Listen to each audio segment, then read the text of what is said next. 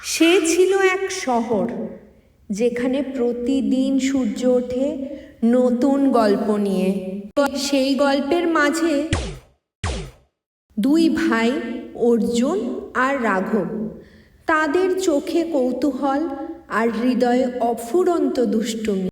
তারা প্রায়ই একে অপরকে প্রতিদ্বন্দ্বী ভাবে, কিন্তু গভীরে কোথাও অজান্তে তাদের ভালোবাসা যেন নিঃশব্দে বেড়ে চলে। শহরের পার্কে খেলা, গলির মোড়ে দুষ্টুমি, নতুন কিছু আবিষ্কারের উত্তেজনা, সবখানেই তারা একে অপরের ছায়া।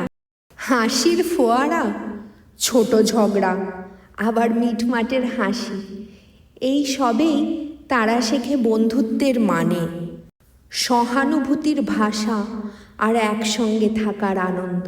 আর এই যাত্রায় ধীরে ধীরে অজান্তেই তাদের ভাই ভাইয়ের বন্ধন হয়ে ওঠে আগের চেয়েও আরও গভীর, আরও সুন্দর।